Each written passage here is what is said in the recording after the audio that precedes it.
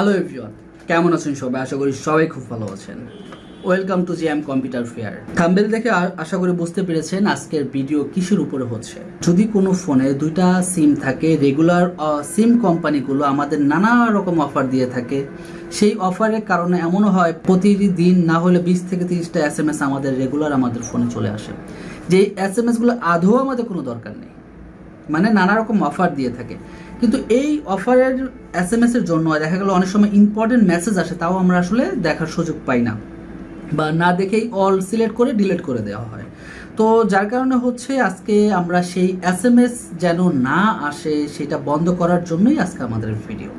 কেননা অতিরিক্ত এসএমএস এর বিরক্ত কারণে আমরা অনেক ইম্পর্টেন্ট মেসেজ থাকলেও সেটা আমরা দেখি না। তো আজকের ভিডিওটা তাদের জন্য যারা আসলে এসএমএস পেতে পেতে বিরক্ত হয়ে গেছেন, আজকের ভিডিওটা শুধুই তাদের জন্য। প্রথমত হচ্ছে বলে নিচ্ছি, যদি আমার চ্যানেলে নতুন হয়ে থাকেন অবশ্যই চ্যানেলটি সাবস্ক্রাইব করবেন, আর যদি মনে হয় ভিডিওটি আপনার উপকারিত হয়েছে তাহলে অবশ্যই বন্ধুদের সাথে শেয়ার করবেন। কেননা আপনার একটা লাইক, একটা কমেন্ট আমার নেক্সট ভিডিও করার অনুপ্রেরণা যোগায়। তো ভিডিওটা শুরু করছি। যে সিমটি নিয়ে কথা বলবো তা হচ্ছে গ্রামীণ ফোন। গ্রামীণ ফোনে যদি এই মেসেজগুলো রেগুলার আসে তাহলে আপনি প্রথমত ডায়াল প্যাডে চলে যাবেন অ্যান্ড ডায়াল করবেন *121*01# দিয়ে ডায়াল করবেন।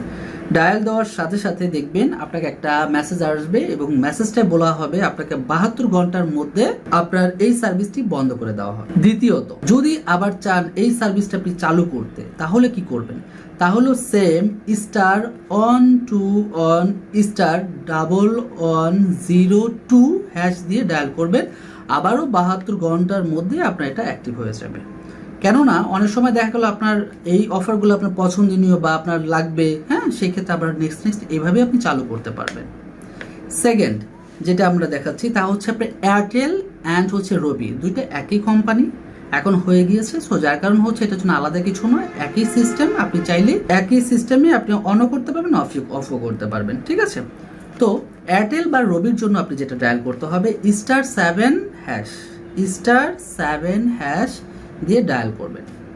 ডায়াল করার পরে আপনার ওখানে একটা মেসেজ দিবে যে আপনি কি এটা অ্যাক্টিভ করতে চাচ্ছেন না এটা বন্ধ করতে চাচ্ছেন। যদি আপনি অ্যাক্টিভ করতে চান সেই ক্ষেত্রে আপনি 1-এ প্রেস করবেন, যদি আপনি বন্ধ করতে চান সেক্ষেত্রে আপনি 2-এ প্রেস করবেন, ঠিক আছে?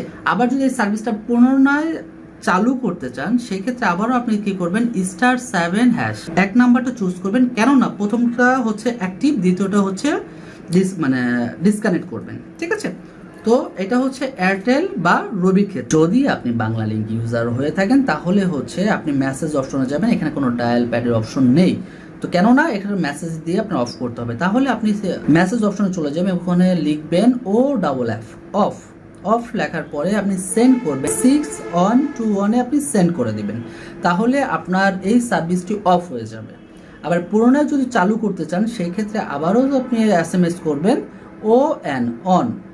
on 6121 নাম্বারে সেন্ড করে দিবেন। তাহলে দেখবেন আপনার ফিরতি মেসেজে আবার আপনাকে অ্যাক্টিভ হয়েছে কিনা সেটা আপনাকে জানিয়ে দেওয়া হবে। তো টেলিটকে এরকম কোনো সার্ভিস আছে কিনা এখন এখানে মেনশন করা নেই। আমি আপনার নেটে অনেকবার সার্চ করেছি, কোথাও মেনশন করা নেই। তো বন্ধুরা আজকের ভিডিও এই পর্যন্তই।